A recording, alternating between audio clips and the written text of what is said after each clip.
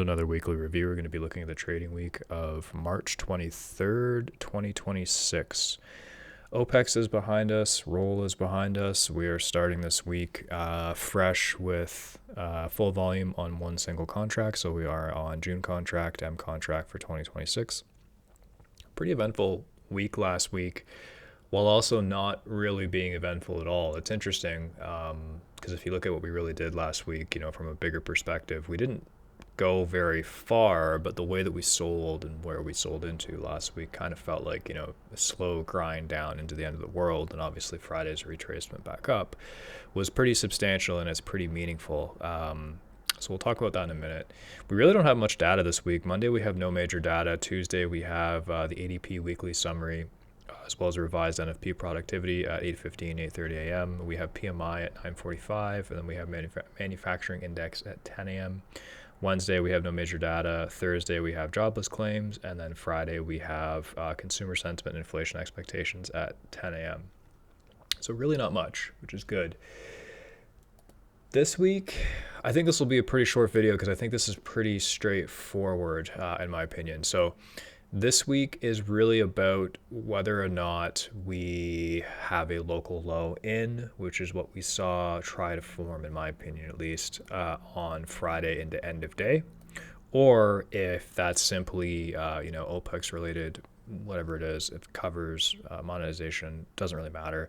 If that move is going to get faded immediately and we continue the downtrend that we're in currently. So the big things to consider, at least from a higher time frame perspective, are the monthly, weekly, daily time frames are all one time framing down. We have closes on the daily basis below the 200 daily moving average. Obviously, that's a huge reference in the market. Obviously, just from a discretionary and from an algorithm perspective, there will be a lot of action and a lot of consolidation, a lot of breaks and fake outs around something like the 200-day, which we can see obviously here. It's going to be important. It's going to be a decent gauge on the market as well. Where we put the low in is in a very good place. The excess we have on the low is very good. The response we had on the low is very good. The only thing about this low from a higher time frame perspective, at least in my opinion, is that it lacks volume on the futures market. So we have a lot of volume on SPY. We have a lot of net volume on the S&P. We didn't close back above November lows on the cash index. We did close back above November lows on the futures index, but again, we lack, total volume on this day that would really make me, think that like this is a potential giga swing low. We just don't have that. With that being said, we might have something that could hold, for a potential local low that gives us a counter trend move or starts a counter trend move back up potentially into the 6760 to 6790 area, back into the middle of this old balance or this old trading range. So the big thing really to me that I'm looking at is, this monthly trading range that we had since October, we swept the bottom of it. So we failed. Originally, this trading range was back up in here, but we swept the bottom of it. We've closed back inside of it. And the potential here now is that, do we have a potential counter trend move that looks like this, that takes us back up into the middle of this range, back up into the 20-day simple moving average, back up into, this 6750 to 6790 range?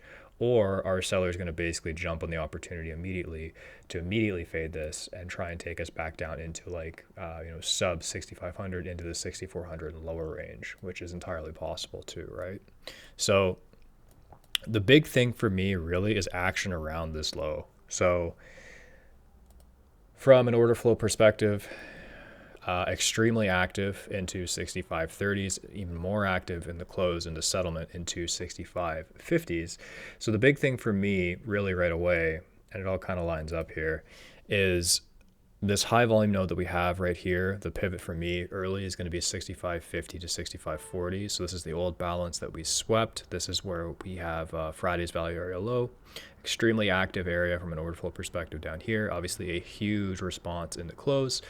If this holds, so if we have, early selling in Globex, or if we have selling on Monday. The big thing for me really is just going to be watching this low. This is pretty straightforward too. I mean, if we take everything else out of it, we basically want to see last week's low hold, right? But the big thing for me really from a pivot perspective is going to be the 65.50 to 40 range. This has to hold. So if we see, you know, the same type of activity, if we see a lot of absorption down into this low, if we see a lot of bids and a lot of speed and reversals down here, again, I'm going to continue looking for those longs into the bottom of this range like I was looking for on Friday, and let's see if we can get that long continuation trade back up into the poor structure that we have all up in here. The higher pivot for me, in my opinion, obviously Thursday's low plays a pretty big factor. You can just look at this visually and say, okay, if we're above Thursday's low, you know, hopefully we can have some momentum carry us. But the big thing for me really, again, from an order flow perspective and just from like a structure perspective, is going to be 66.40s.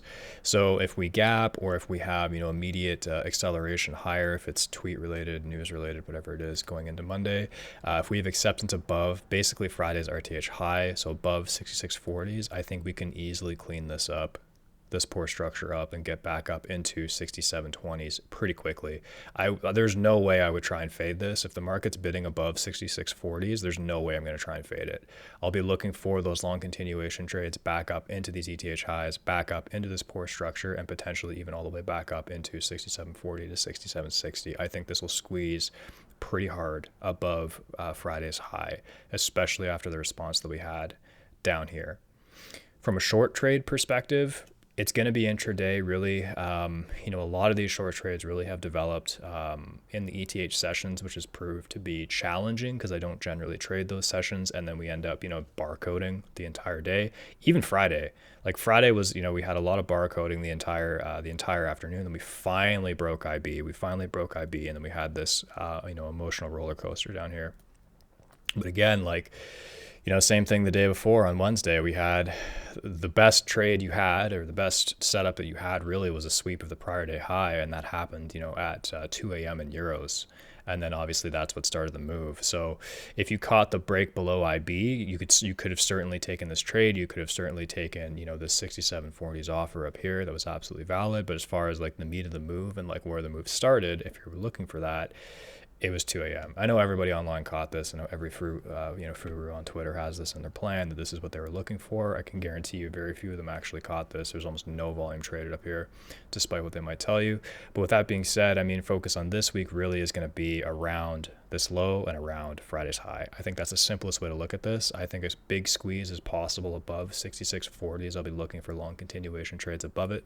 If we break below, if we actually start bidding, if we actually start offering 66.50, 65.50s again, shorts only, and I'll be looking for moves down into 64.50s, potentially lower. I think below that low, again, we could have you know, a little bit of a capitulation move, a further capitulation move that we had, which is what it kind of appeared to be on Friday. But again, it just lacks total volume. I don't know if that was OPEX related. I don't know, but I really want to see, you know, somewhere above 3 million volume on a really solid swing low. We don't have anywhere near that, so could just be a local low as far as you know, as far as it goes for a counter trend move back up, or, you know, we could have potentially a low that sticks a little bit longer. But if we start accepting below this range here, if we start accepting below 65.50s, then the likelihood of you know, a bigger continuation move down into 64.50s is pretty good in my opinion. So we'll be looking for that. Might be looking to fade up here into 67.60 to 90 range. I don't know. Again, it's really going to depend on how the day shapes out, but I would be cautious trying to be a buyer up into this range. We could get some traps up into this range if we see 60 to 80s this week. NASDAQ is going to be the exact same thing. So basically NASDAQ, same thing happened, obviously. So if we look at the NASDAQ here, again, extremely active on the order flow side.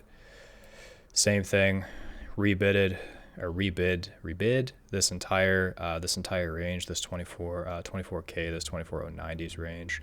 So similar to ES, I'm going to be looking for this high volume node down here, where we were extremely active into 24,090s, and also again prior monthly balance lows. Again, pretty obvious. We just want to see this range down here. If you're a buyer, you want to see this hold. You want to see a good solid bid down here, absorption into these lows, and you want to see fast moves away.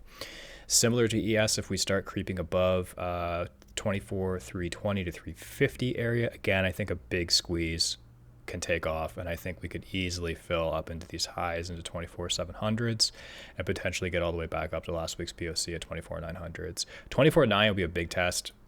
If we start closing days or higher time frames or days above 24.9s, then I think, you know, the potential for this to go back up into the top of the range obviously would be the first place I would be looking, but I think, you know, we could potentially have again a local low put into the market. The NASDAQ really didn't do much of anything last week. I know that looks, again, if you caught the move from the highs, which I'm sure everybody did, right? No one stopped out at all. If you caught the move from the highs, then, you know, this is a really solid move. But I mean, if you look at this and zoom out, it's the same thing. We've been in the same range. We haven't gone anywhere in the NASDAQ. So like we closed and printed prices that we had at the beginning of March. So, and February for that matter. So like, as far as, you know, the actual meat of this move intraday, yeah, amazing ranges if you're you know, a short-term trader getting in this. But the big thing really again is like if we can't accept below this range, if we can't basically break below 24.9s, then we can ignite a squeeze above 24,320s to 350 in my opinion, and we could easily take all of this back. So short-term trader, day trader, intraday trader, that's what I'm looking for. So gonna keep it simple. Hopefully that helps. If you find any of this information helps in the video, like the video, subscribe to the channel if you haven't. Appreciate your time. Thanks very much.